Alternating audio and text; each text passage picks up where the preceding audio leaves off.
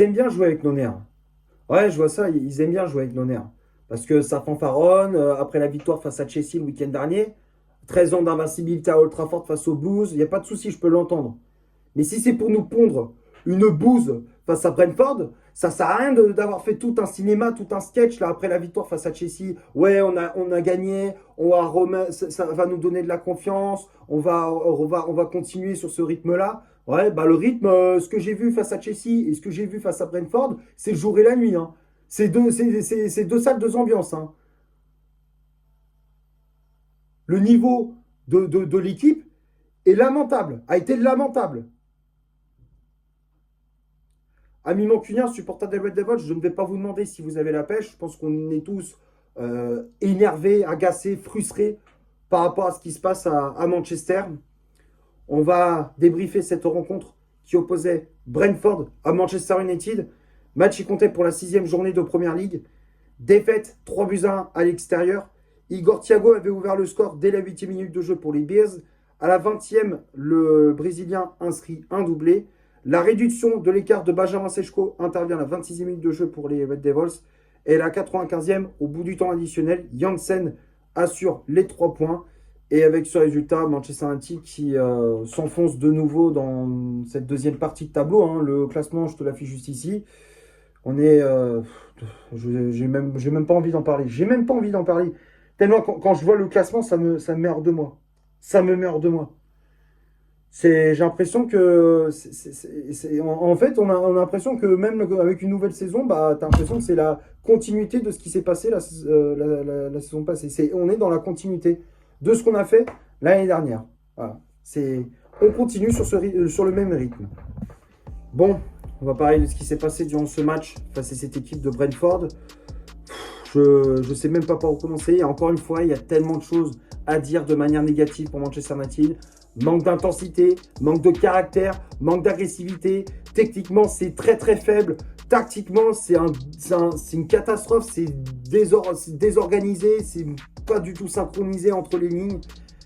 C'est toujours pareil. C'est toujours les mêmes erreurs. Tu as l'impression qu'à chaque fois, les mecs, ils choisissent leur match, ils font des bons matchs contre les gros, et puis derrière, ça s'écroule face à une équipe de milieu de tableau.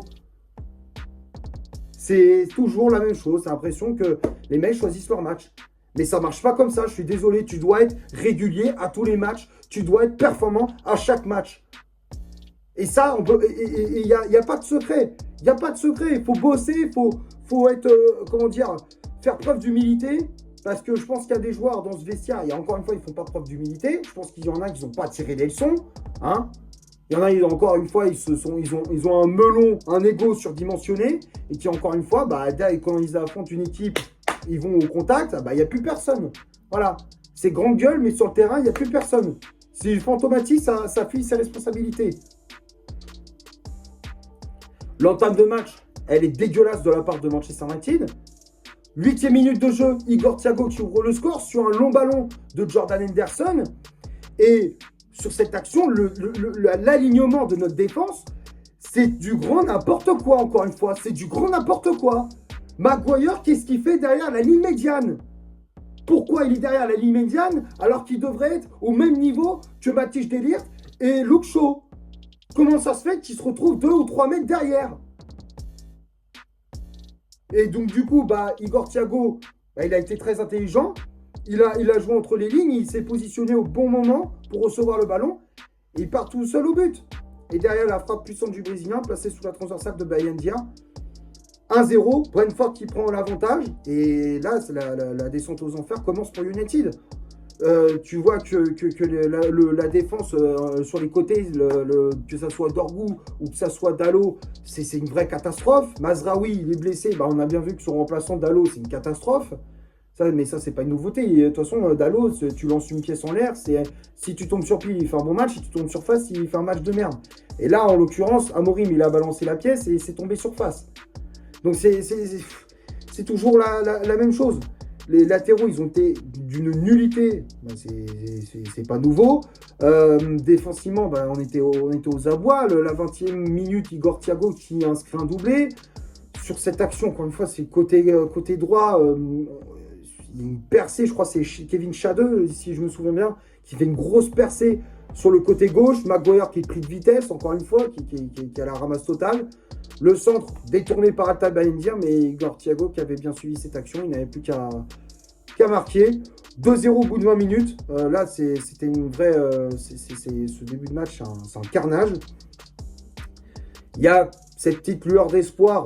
Là, ça nous a redonné un petit peu d'espoir du côté de nous, les supporters, avec ce but de Benjamin Šeško. Le premier but de Šeško sous le maillot de Manchester City, ça fait plaisir. Enfin, pour lui, en tout cas, moi, je suis content pour lui. Enfin, il a marqué son premier but sous ses nouvelles couleurs. Sur une action, bon, on va pas se mentir, c'est de la chatte. Hein, parce que l'action, la construction de cette action, elle est pourrie. Ugarte qui fait une grosse passe alors qu'il devrait la mettre dans les pieds pour Dorgu. Il tire comme un bourrin dans le ballon pour la donner à Dorgu. Dorgu, sur ce coup-là, il s'est bien démerdé pour la centrer au second poteau pour Bryan Mbeumo qui a mis la pression sur Keller, gardien de Brentford qui a fait une grosse erreur. Manque d'autorité dans sa sortie. Et derrière, c'est Šeško qui était obligé de reprendre ce ballon à plusieurs reprises avant de le mettre au fond des filets.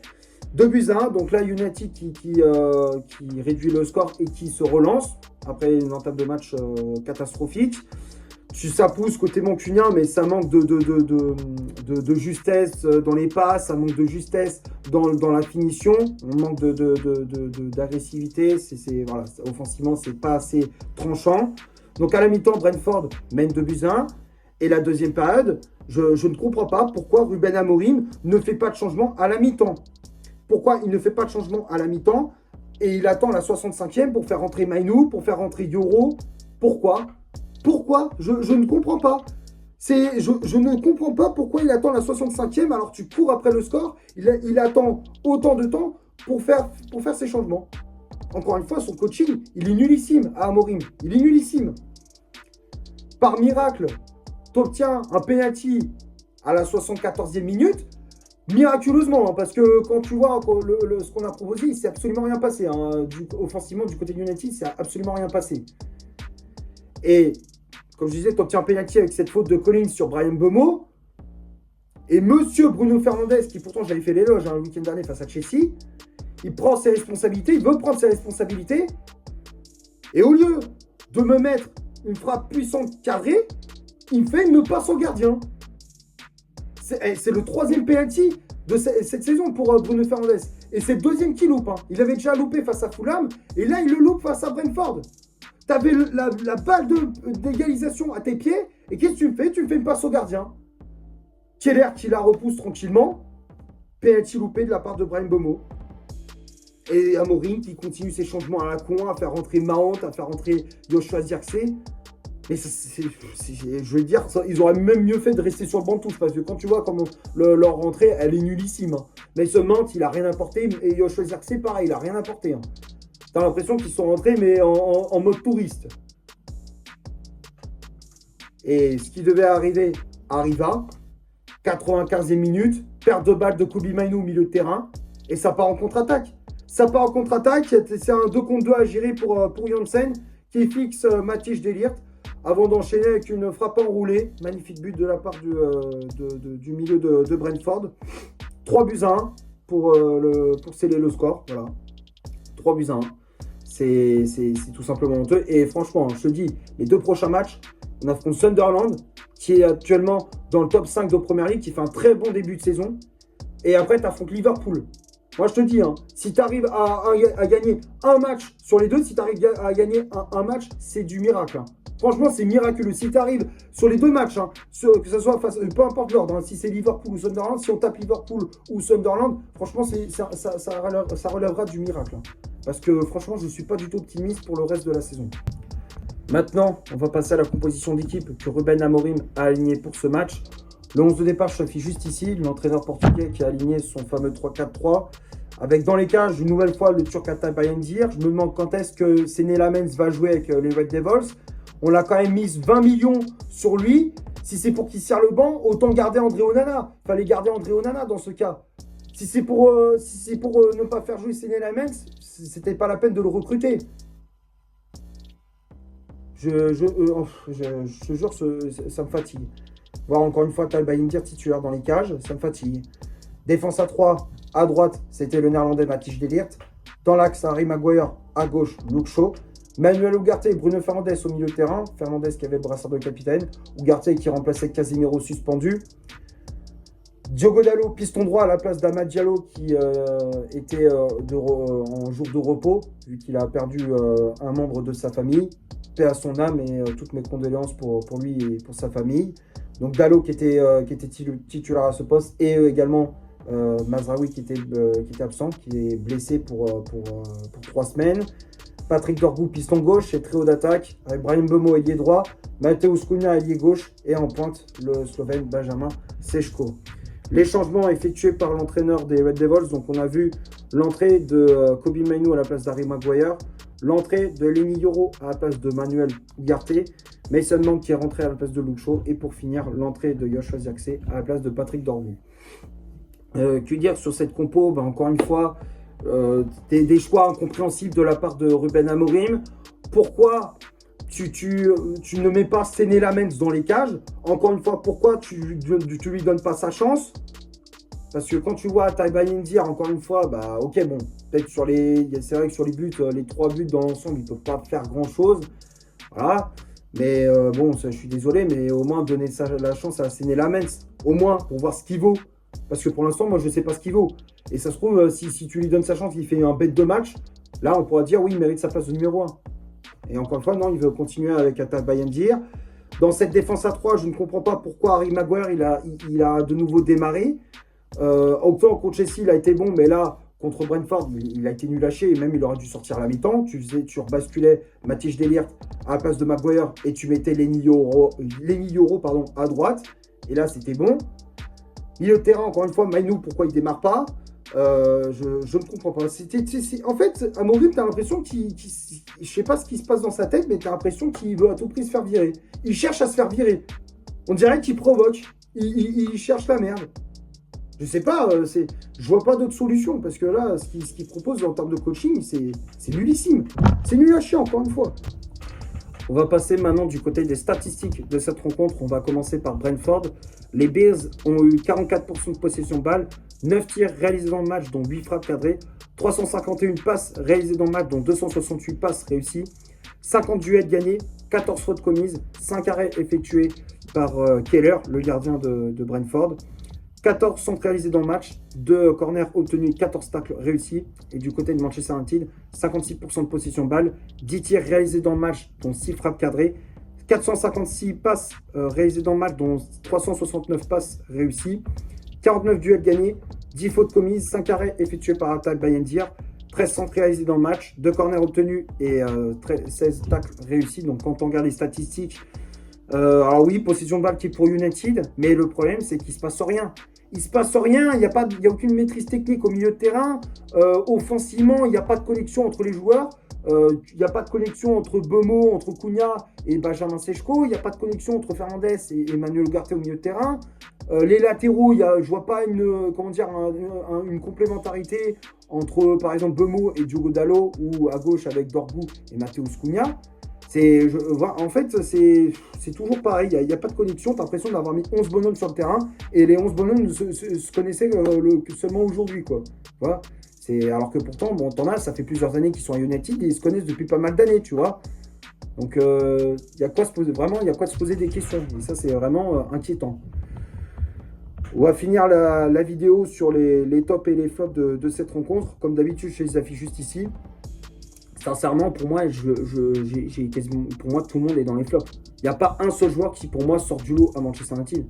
Il n'y a pas un seul. Même Seško, qui pourtant a marqué son premier but avec United, il n'a pas été bon. On l'a quasiment pas vu du match. Il a été quasiment transparent. Les ailiers, Mbeumo et Cunha, encore une fois, oui, ok, techniquement, il se débrouille bien, il fait des bonnes ressorties, il ressort bien les ballons, tout ça, il n'y a pas de problème. Mais offensivement, quand tu as des situations où tu dois décaler pour un de tes coéquipiers, il décide d'y aller tout seul, il la joue perso. On aurait dit Garnacho, mais en plus technique, tu vois. On dirait Garnacho, mais avec un niveau technique un peu plus élevé, tu vois. Mais là, voilà, non, Cunha, c'était pas ça. Bemo, face à son ancien club, je suis désolé, mais il doit montrer plus de caractère. D'habitude, il apporte un peu plus de folie, un peu plus d'agressivité. Il a toujours cette niaque depuis le début de saison. Là, face à son ancienne équipe, il a été trop gentil, il était trop tendre, il n'était pas là. Il était aux abonnés absents. Je suis désolé, Bemo, il m'a déçu. Et voilà, défensivement, c'était une catastrophe. Maguire, il a été mauvais. Delirte, bon, il a essayé de sommer les meubles à plusieurs reprises, mais il était souvent pris de vitesse également. Luke Shaw, c'est pareil. Atai Bindir, j'en parle même pas. Non, voilà, franchement, je vois pas un joueur qui sort du lot à Manchester United. Voilà. Brentford mérite amplement sa victoire. Il n'y a rien à dire. Voilà, je pense avoir fait le tour pour ce Brentford-Manchester United. Malgré tout, j'espère que le débrief vous a plu. J'espère que tu as kiffé le débrief. N'hésite pas à laisser un petit like, un petit commentaire en dessous de ma vidéo. Dis-moi ce que tu as pensé du match et de mon débrief. Partage les vidéos sur les réseaux sociaux. N'hésite pas à t'abonner pour me suivre et à cliquer sur la petite cloche pour avoir les notifications, pour ne pas louper lorsqu'une vidéo sort, lorsque je sors un nouveau débrief. N'hésite pas à faire un tour sur mon compte Instagram, je te l'affiche juste ici. Et d'ici là, portez-vous bien, on se retrouve pour une prochaine vidéo. Ciao, and come on United!